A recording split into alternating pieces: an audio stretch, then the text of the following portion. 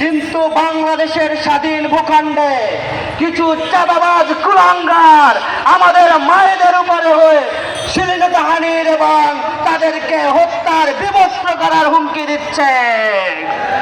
আমরা দৃঢ়তার সাথে ঘোষণা দিতে চাই, বাংলাদেশের তরুণ সমাজের এক বিন্দু রক্ত থাকা পর্যন্ত এই ধরনের সন্ত্রাসী কর্মকাণ্ড বাস্তবায়ন হতে দেওয়া যাবে না। সংগ্রামী সিলেটবাসী, প্রিয় শাহজালালের উত্তরসূরি, আমি আপনাদেরকে উদাত্ত আহ্বান জানাতে চাই, আমাদের এই জীবন একদিন অবশ্যই দিতে হবে, আমাদের অবশ্যই মৃত্যুবরণ করতে হবে।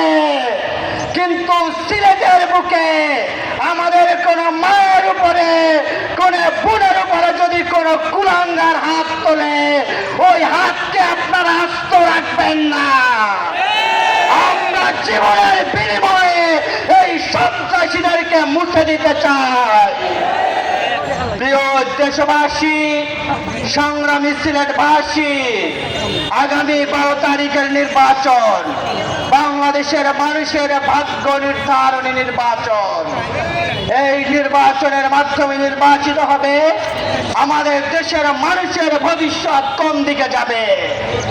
আবারও কি আমরা গোলামীর জিঞ্জির পরব, নাকি আমরা আজাদী হয়ে মুক্ত বাতাসে কণ্ঠ উঁচু করে কথা বলবো? এই নির্বাচনে চিরতরে ফ্যাসিবাদকে পরাজিত করার জন্য অবশ্যই হ্যাঁ ভোটকে বিজয় করতে হবে। এই সমাবেশ থেকে আমি আপনাদেরকে দায়িত্ব দিয়ে বলতে চাই, এখানে শুধু হ্যাঁ ভোটে সিল দিলেই হবে না, প্রত্যেকটা তরুণকে এক একজন দায়ী হয়ে হ্যাঁ ভোটের পক্ষে প্রত্যেক গ্রামে, অঞ্চলে, চা বাগানে, প্রত্যেক পথে প্রান্তরে হ্যাঁ ভোটের ক্যাম্পেইনে অংশগ্রহণ করতে হবে। আপনারা কি প্রস্তুত আছেন?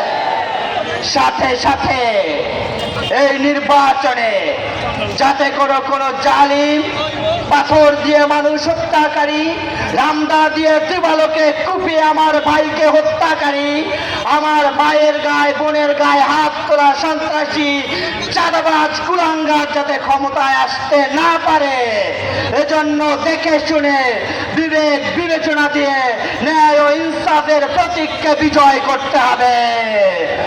জুলাই বিপ্লবে যেভাবে আপনারা জীবনের সর্বশক্তি দিয়ে এদেশকে ফ্যাসিবাদ মুক্ত করেছিলেন, আমরা আপনাদেরকে উদাত্ত আহ্বান জানাই, আবার জুলাই বিপ্লবের মতো পরিশ্রম করে মাঠে ময়দানে সারাদিন বিচরণ করে, জমায়েত করে, জনসচেতনতা বৃদ্ধি করে মানুষের ভাগ্য নির্ধারণী ইতিহাসে আপনাকে আমন্ত্রণ জানাই, আপনাকে অবশ্যই অংশগ্রহণ করতে হবে।